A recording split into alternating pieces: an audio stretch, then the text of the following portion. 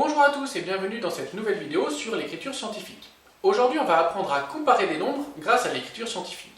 Ça, c'est vraiment le deuxième gros intérêt de l'écriture scientifique. Je te rappelle que le premier intérêt, on l'avait vu dans la capsule précédente, c'est que ça permet d'écrire très facilement des très grands nombres ou des très petits nombres.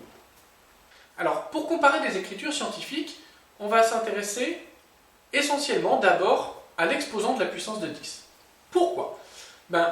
La partie qui est devant, la petite partie, ce qu'on avait appelé la mantis, la partie qui est devant la multiplication, elle est toujours comprise entre 1, quelque chose et 9,999999.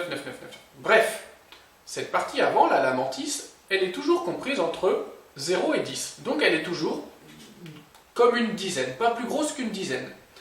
Par contre, la partie en puissance de 10, elle va nous donner l'ordre de grandeur. On a vu qu'une puissance de 10, ça peut être très vite très très grand, 10 puissance 9 c'est 1 milliard, ou alors très petit, 10 puissance moins 6 c'est 1 millionième.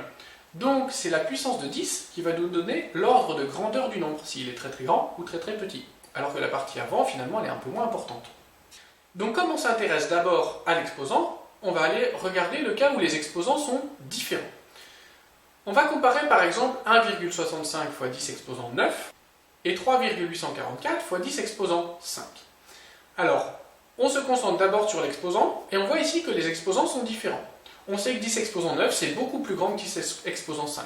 C'est pas la petite partie devant qui est pas plus grosse qu'une dizaine qui va changer les choses.